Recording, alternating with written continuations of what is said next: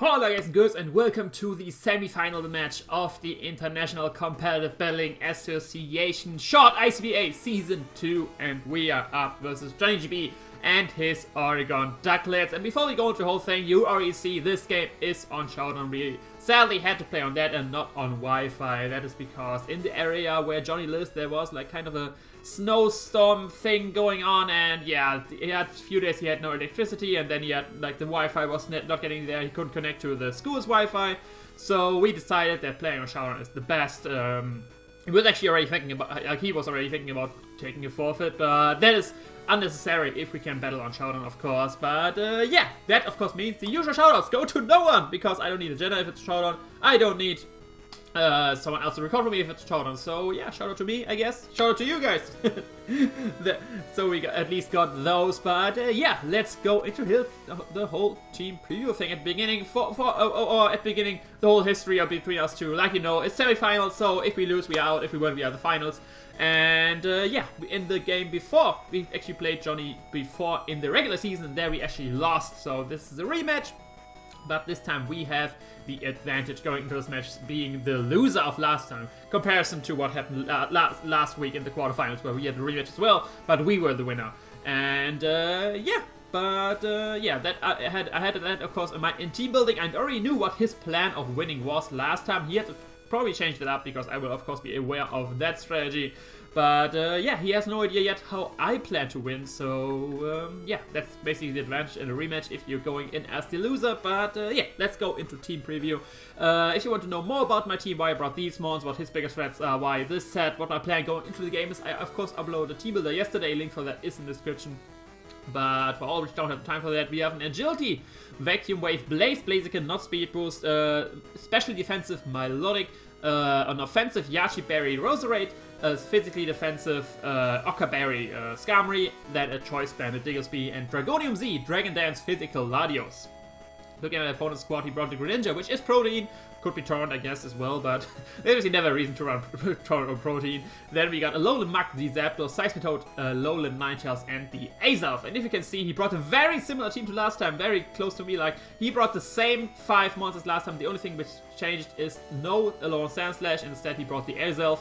But you could say the same for me. I brought 5 monsters same. The only thing which switched was no Comfy, and for that I brought the Roserade. So yeah, very similar teams going into this match, but I of course hope it's not going to be a similar match as last time, because that of course I lost. But yeah, not seeing Salamence, very happy about that. Salamence is a huge threat, that's why I have the Ockerberry on Skarmory. That now is not really needed. Barry has like Fire Punch on the Seismitoad, or not Seismitoad, on the Muk, or like Hidden Power Fire on Greninja, I guess. Like this is the only two fire coverage moves I could see. He could theoretically have Heat Wave on Zapdos, but why would he go for that versus the Skarmory if he can just go for electric move? He could, I mean, I guess he could go for Heat Wave if he predicts the Roserade. So yeah, in that scenario, the Ockerberry could be useful as well. But either way, looking at this matchup, I decide to just straight up lead off my Roserade, because the two most likely leads I see on his part are the Seismitoad, just get straight up rocks, that's what he did last time, or to lead with his Zapdos to get some Volt Switch momentum depending on what kind of set it is. Just short reminder of what he brought last time. Last time he brought a Royal Ninetales with the Hail Extender item. Then he brought a Physical Defensive Seismitoad, he brought a Chilam, he brought a Rocky Helmet, Physical Defensive Zapdos as well, then he Spidef, Muk, and a Life Orb Greninja. So we maybe expect some similar things. Of course, he will have at least one Scarf, I feel like, to deal with Speed Boost Blaziken, and that is, in my opinion, most likely the Azelf. But either way, we are gonna hop in this match. I decide to leave my Roserade. And we see that he decides to lead with Zapdos, and he has pressure, of course, and that of course means that he could have Defog. We are not playing with Usum Tutors yet, so static Defog is not a thing. But yeah, I'm basically just going for Sludge Bomb right here, trying to get some damage on him. If he's defensive, he's not taking that well. And I basically fear nothing really this episode wants to do. Heat Waves I can take decently well, even if he's offensive and stuff like that. So I just want to scout right here, seeing if he's once again a physically defensive set. I just go for Sludge Bomb, and yeah, that is just max HP. This is not special defensive, and he just goes for Volt Switch. And this is indeed a no special attack invested Volt Switch for him. So he's most likely physically defensive once again. He brings in his Azelf, like I said, most likely Scarfer, but I am just gonna switch out into my Melodic right here, which is of course best defensive. He goes with Psychic, and yeah, this is no boosting item Psychic, so he's not Choice Specs. or a Twisted Spoon or something like that. He might be Expert Bell still, but because of course I can effectively. So I'm gonna scout for that, like he could have Thunderbolt, Energy Ball, all this kind of stuff, which hits my Melodic super effectively, but I still need Healthy for the Greninja. So I'm just gonna recover right here, scouting for that, but he does Hard Switch out. So my suspicion that he has Scarf is growing stronger and stronger, and he goes to this level 9 Tails, probably just to get Aurora Veil. But I didn't want to go Hard Switch into something. I want to get a Toxic on this guy, which I'm going to go right here for, because even if you have Freeze Ray, that's not doing a lot. I'm Spell Death, that's doing less than half. So I can just fire off a Toxic right here on this most likely Aurora Rail, which he does go for. And right here, I do predict him to actually switch out. Even if he stays in, I decide to just go for double Toxic right here, because even if he stays in, like I said, he can't beat me 1v1, and I stalled out turns of Aurora Rail, which is very nice. And if he brings in something else, I can get a Toxic up on that if he goes to Seismitoad, tries to get up Rocks or something like that. I just fire off a second Toxic, seeing if he stays in and switches out. He does switch out into his Zapdos, and it's very nice getting a Toxic on that as well, so he gets one down with the Hail he set up himself and the Toxic, and basically I just get all back with leftovers. Seeing that he does not have leftovers, he might be some weird berry, but once again, I do switch out into my Roserade, which can take the incoming Electric attack, because I don't think he is carrying Heat Wave if he's a defensive set. He just goes for the Roost.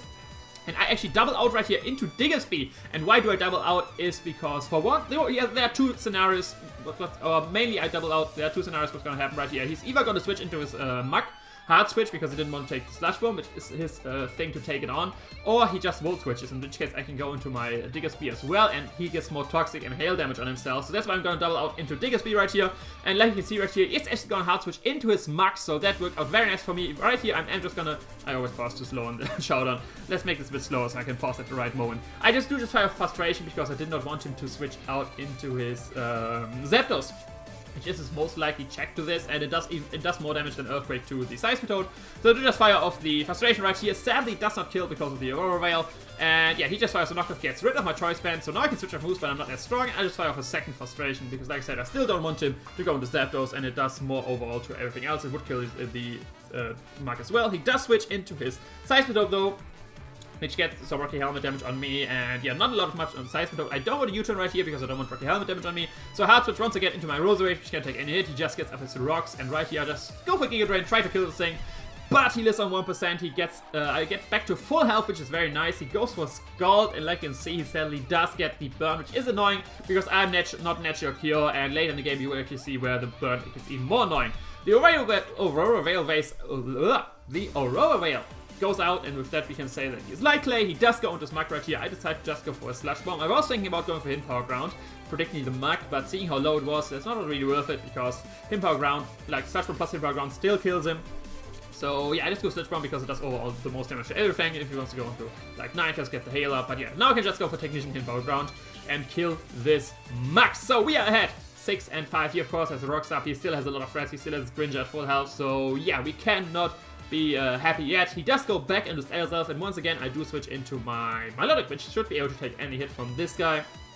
He does just go for the Psychic, and I decide to recover once again here because I need this thing healthy for the Greninja. I can't be like at 60%, get on Rocks and be at 50 once he switches in. And right here he shows that he's actually not Choice, he's actually Expert Bell, goes for the Energy Ball right here, but like you can see that still does nothing, or like, not enough to my Melodic, so I can just spam recover right here, trying to get to a good amount of health where I can take 2 Energy Balls, but he decides to not play his game and switch hard out into his Ninetales.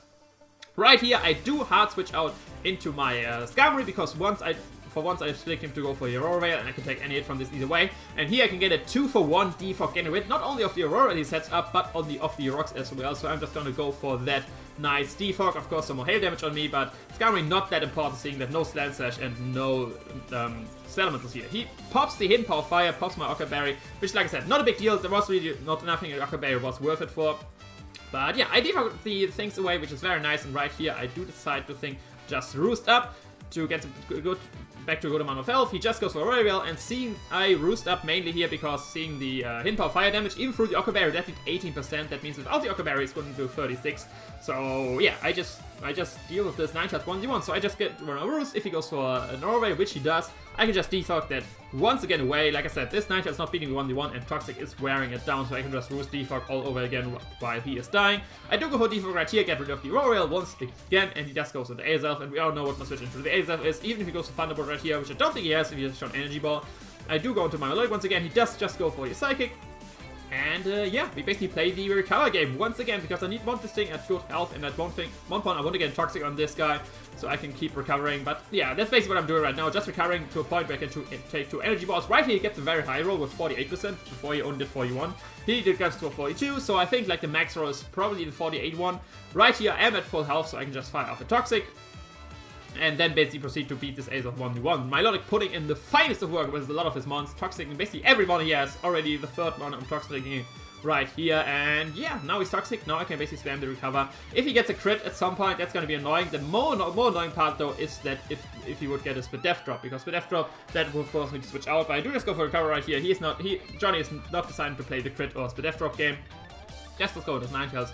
And I hard switch once again to my Skarmory, just not allowing him to get the Aurora Veil ups. Because like I already said, Aurora is very annoying. I don't have hazards on my team, so I am dependent on shipping down with Toxic and attacks. And Aurora Veil deals with the attack part of that strategy. So I do just go for Defog right here, getting rid of the Veil right away. He just go into Zapdos, and I hard switch once again into my Roserade, because he doesn't seem to have Heat Wave.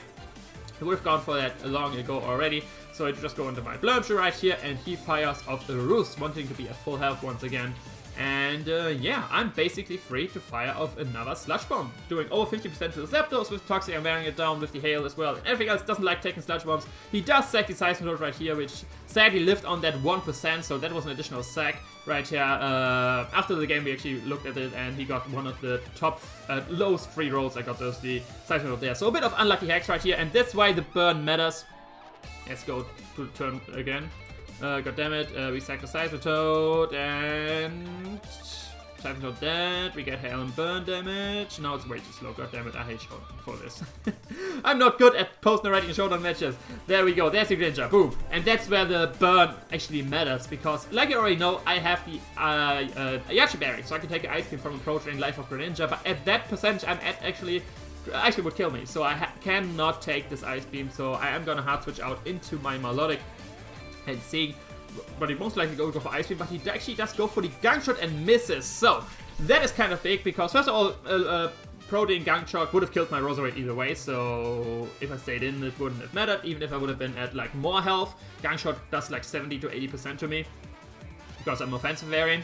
But yeah, but he does miss. Of course, first of all, that's not too big of a deal. My Milotic is mixed defensive. Gunk Shot is not doing too much, barring he's like a fully physical variant. But since I'm at full health right here, I'm just gonna fire off another Scald, or like a Scald at all, to get some damage on him. He just goes for another Gunk Shot, and he misses once again. So, seeing that he did go for 2 Gunk Shots in a row, and not like Grass Knot right now or something like that, I thought that he's most likely a Choice variant. Like, I have no idea what Choice variant is. Most likely Choice Scarf, because like I mentioned, I thought he would definitely have 1 Choice Scarf. The Azelf wasn't Choice Scarf, so I think this Greninja might actually be Choice Scarf. So yeah, I just go for a Scald right here. And lucky as I am getting the burn on this guy. So yeah, these Gunk Shots are doing nothing at all to me. I can just fire off another Scald right here. He does go into 9 tails, and yeah, this Scald will... Oh wait, no, I double out into right. I double out into my Skarmory right here, scouting if he is choice, or if he would just go for Gunk Shots. Then of course I'm immune to that, and I would get some burn damage on him. Did not predict the 9 tails. Would have been nice if I actually predicted 9 tails, but yeah, it was just me playing more safely. And yeah, since he goes to 9 tails, I have my Skarmory. I'm just spamming Defog because I'm not allowing this guy to have a Aurora Veil up, and I basically don't need my Skarmory for anything else. He does get a crit hit power fire rate here, which is a bit annoying. But yeah, basically he will die to the Toxic right here, and yeah, Skarmory is at low health, so I can just sack that versus incoming whatever. He does decide to go into Zapdos. I'm not switching in to anything. I can just sack my Skarmory right here. We don't need differential in the playoffs. It's stuff's about winning. So yeah, he volt switches out into Zapdos into his Azelf, and this means it's time to win, because I can now just go into my Latios, because he is an expert variant. He cannot KO me. Even Shadow Ball, if he has that, won't KO me. Max Special Attack Shadow Ball does like a max of 70 to 80%, I think, to me. And this is time to go for Dragon Dance. And if he is not Choice Scarf Greninja, I basically win the game right here, because after Dragon Dance, I'll beat his whole team and I kill everything as well. So I do just go for Dragon Dance. He does have the Shadow Ball, but that's only 66%. I can see right here, only very little damage. I do go for Dragon Dance. I do outspeed the Azelf now. I do outspeed the non-Choice Scarf Greninja.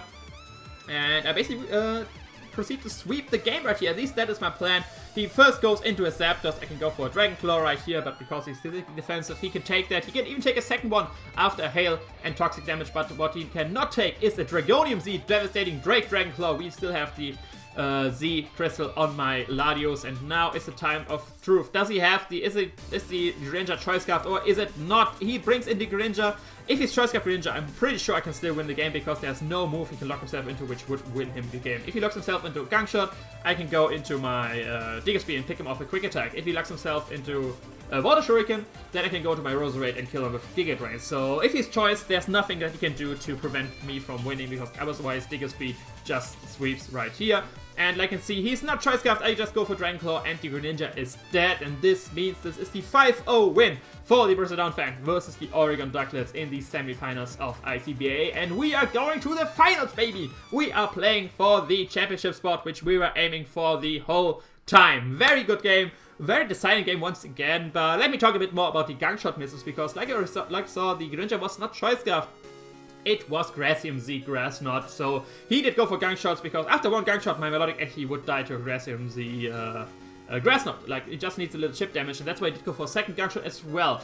So it's kind of questionable to go for the second Gunk Shot and not go for Grassium as well, or like regular Grass Knot to 2-hit KO me, or to KO me with Grass Knot and the other thing. But it seems you want to play some mind games with being Choice, which definitely worked. Like, I thought for the most time that he was a Choice Scarf variant, but yeah. That's basically why the Gunk Shots mids are maybe bigger than you might think. Because he would have hit the first one, he would have just killed me with Grassium Z.